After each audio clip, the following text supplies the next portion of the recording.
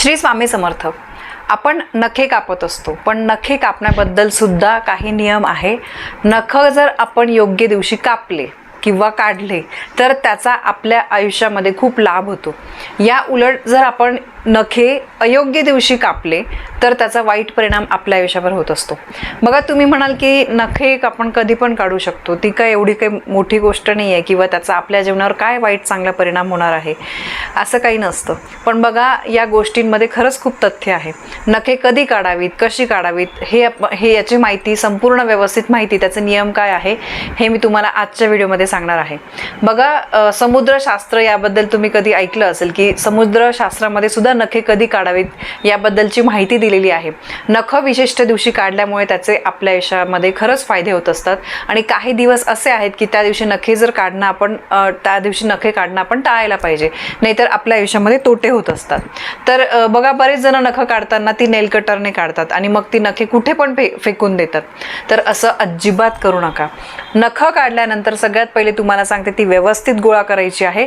एखाद्या कागदाच्या पुडीमध्ये बांधून ती पुडी आपण अशा ठिकाणी टाकायची आहे की जिथे जनावरं वगैरे जाणार नाही. म्हणजे मांजर, कुत्री वगैरे म्हणा, घरात पण आजकाल पाळीव प्राणी असतात किंवा बाहेर फेकले तर कोणी प्राणी जे आहे ते त्याच्याजवळ जाणार नाही, अशा ठिकाणी टाकायचे. तुम्ही डायरेक्ट बांधून व्यवस्थित पुडीमध्ये, कचऱ्या कुंडीमध्ये, डस्टबिनमध्ये टाकलं तरी पण चालेल, पण ती अशीच वरच्यावर टाकून देऊ नका. बघा, नख जे आहे तर त्याच्यावर सुद्धा काही वाईट जर बाधा करण्यात आल्या तर त्याचा वाईट परिणाम, त्याचा त्रास आपल्या आयुष्यामध्ये होत असतो. आपल्याला कळत पण नाही. आपण फक्त म्हणतो की अरे बापरे, एवढं सगळं कालपर्यंत चांगलं होतं आणि आज असं काय झालं, माझ्याकडून काय चूक झाली. या छोट्या छोट्या चुका आपल्याकडून होऊन जातात. आपण लहान मुलांचे पण नख काढतो, त्याच्याबद्दल पण आपल्याला हे नियम पाळायचे. आपण स्वतःसाठी सुद्धा हे नियम पाळायचे. नियम वय किती काय लहान असू द्या, मोठं असू द्या, हे नियम सगळ्यांसाठी आहे. तर आता हे मी तुम्हाला सांगितले की नख आपल्याला व्यवस्थित कसे काढून कुठे टाकायचे आहे.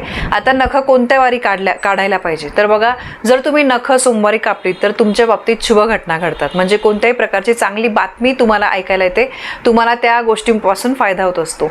मंगळवारी जर तुम्ही नख कापली तर असं मानलं जातं की मंगळवारी नख कापणाऱ्यांना आर्थिक लाभ मोठ्या प्रमाणावर होतो.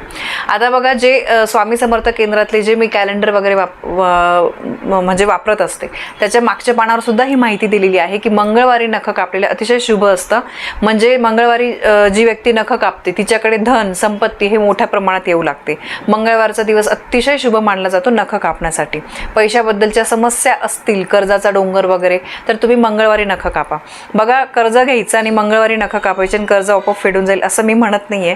आपण कष्ट करतो. बघा, कष्ट तर आपल्याला आयुष्यात करायचेच आहे, फक्त सेवा करून होत नाही. पण आपल्या कष्टासोबत नशिबाची साथ मिळण्यासाठी काही हे उपाय केले तर आपल्याला त्या कष्टाला बरोबर योग्य फळ मिळतं आणि अजून आपण डबल प्रयत्नांनी परत कष्ट करायला लागतो. बुधवारी नख कापणं पण योग्य मानलं जातं, पण शक्यतो मंगळवारी कापलेली अधिक चांगली असते. गुरुवारी नख कापली तर शुभ वार्ता येऊ शकते. जसं की एखादा मेसेज किंवा काहीतरी तुम्हाला न्यूज येते की तुम्हाला चांगली नोकरी लागलेली आहे, नोकरी मिळू शकते, किंवा परीक्षांमध्ये तुम्ही पहिला आलेला आहात वगैरे. म्हणजे चांगल्या बातमी ज्या आहेत, जे तुम्हाला एक्सपेक्टेड आहे तशी चांगली न्यूज तुम्हाला कळू शकते. यानंतर शुक्रवारच्या दिवशी नख कापल्यामुळे आपल्या संपत्तीत हळूहळू वाढ होते आणि तिथून पुढचं जे आयुष्य आहे ते चांगलं राहतं. जर तुम्हाला बघा म्हणजे सगळं व्यवस्थित व्हावं असं वाटत असेल तर शुक्रवारी सुद्धा नख तुम्ही कापू शकतात. यानंतर शनिवारचा दिवस सुद्धा नख कापण्यासाठी शुभ मानला जातो, पण तितका शुभ नाही आहे जितका मंगळवार, गुरुवार आणि शुक्रवार आहे. आणि शेवटचा दिवस म्हणजे रविवार.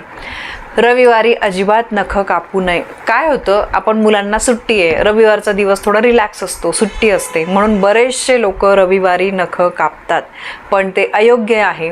जे लोक रविवारी नख कापतात अशांच्या मागे खूप अडचणी, संकट, समस्या लागतात. त्यांच्या जीवनामध्ये बघा काही चांगलं होत नाही. कष्ट करतात पण नशिबाची साथ मिळत नाही, कुठेतरी खचून जातो, वाईट मार्गाला लागतो. म्हणून रविवारी नख कापणं टाळलं पाहिजे. लहान मुलांचे सुद्धा तुम्ही रविवारी नख कापू नका. म्हणजे सांगायचं म्हणजे थोडक्यात बघा, तुम्ही इतर दिवशी नख कापा, मंगळवारी, गुरुवारी आणि शुक्रवारीच जमेल तर त्यातल्या त्यात मंगळवार हा अतिशय शुभ दिवस असतो नख कापण्यासाठी. आणि बाकी रविवारी आपल्याला नख कापायचे नाही, ही गोष्ट मात्र तुम्हाला लक्षात ठेवायची. तर बघा, नख कापणं हा प्रत्येकाच्या आयुष्यातला एक घटक आहे आणि आपण नख कापतोच, कारण त्यांना वाढ असते, आपण नख कापत असतो. पण ते नियमांनी केलं तर त्याचा सुद्धा आपल्याला फायदा करून घेता येतो. उगाचच मग आपण काहीतरी चुका करायच्या आणि मग इतरांना दोष द्यायचं की याच्यामुळे याची नजर लागली, त्याची नजर लागली. त्यापेक्षा आपणच काही नियमांचं पालन केलं ना तर मग समस्या, अडचणी, दुःख जे आहे ते आपल्या आयुष्यात येत नाही. तर नख कधी कापावे, कधी नाही, नख कसे कापावे, कुठे फेकावे याबद्दलची अत्यंत ही महत्त्वाची माहिती मला तुमच्यापर्यंत पोहोचवायची होती. अपेक्षा करते तुम्हाला माहिती पटलेली असेल. माहिती आवडली असेल तर व्हिडिओला लाईक करा, शेअर करा. आपल्या चॅनलवर नवीन असाल तर सबस्क्राईब नक्की करा. भेटूया परत अशा एका नवीन व्हिडिओसोबत. धन्यवाद. श्री स्वामी समर्थ.